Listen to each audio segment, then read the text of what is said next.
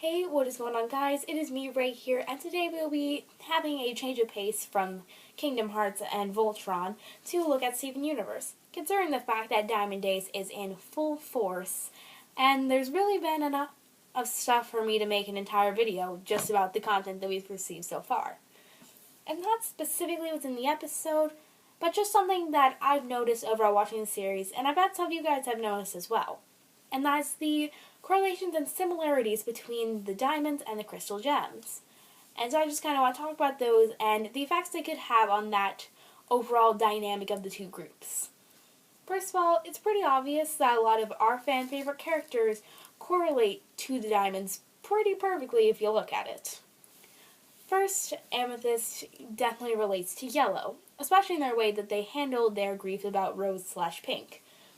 They kind of are grieving quietly and deciding to just move on. Life is going on. I'm not going to get left behind. And so that was pretty obvious. And, I feel like it's a really good correlation, especially considering the fact that Yellow has a very, it's my way or the highway. And more is just very strict, where Amethyst is kind of the opposite, being very free-flowing and just, all over the place. So I feel like that's going to be some nice contrast. Next, another pretty obvious one, Pearl and Blue. And it's especially evident in how they feel about Rose/Pink. They were very close to her and are really just kind of stuck in that grief period at the moment, just kind of trying to move on. But that's where the big difference comes in. Pearl is trying to move on. She knows that, yeah, life's gonna keep going. And, well, Blue isn't really letting that sink in.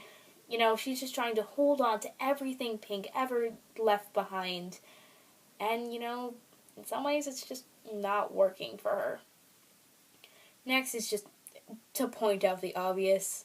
Steven relates to Pink, no explanation needed, honestly.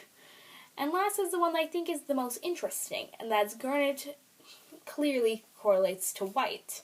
And it's of course obvious in their positions, both being, kind of the top of the chain for the most part. And something that's more obvious with White Diamond is, it's kind of hard to get a word in edgewise, Her word's kind of the law.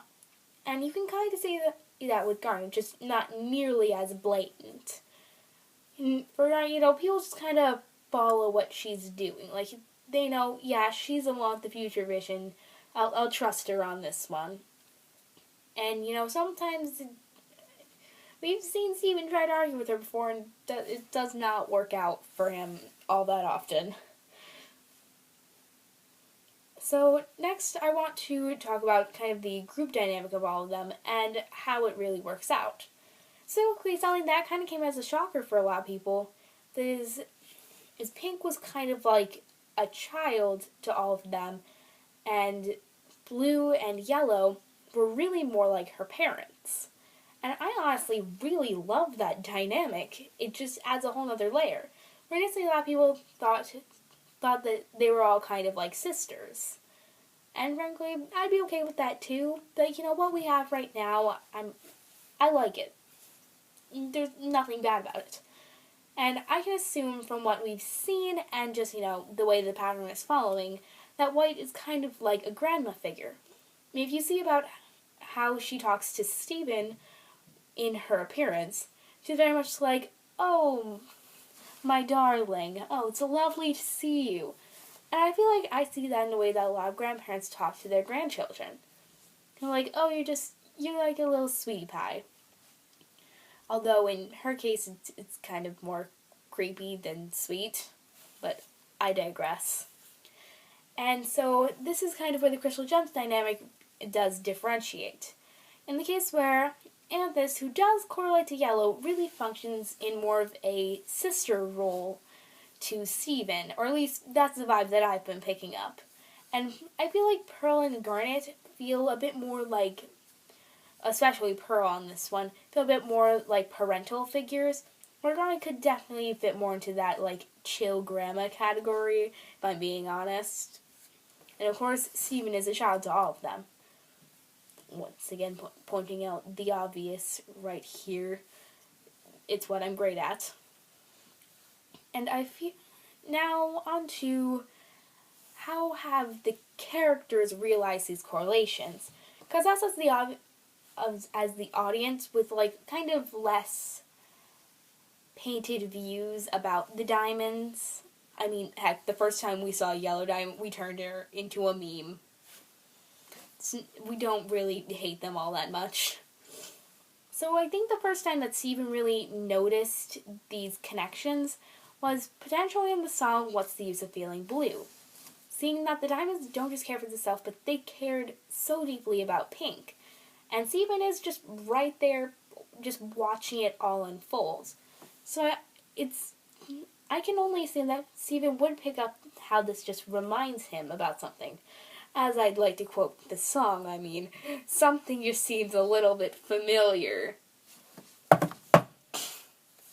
I'm sorry, I have to make one terrible joke per video. I promise. So that one's kind of short, but the big one, what are the effects of these connections?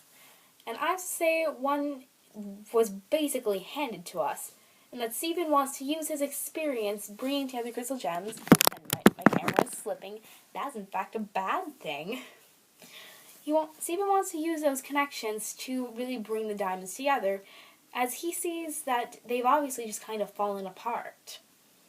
And he flat out says that in Familiar, saying, I'm going to bring the diamonds together and they're just going to stop wreaking havoc on the universe.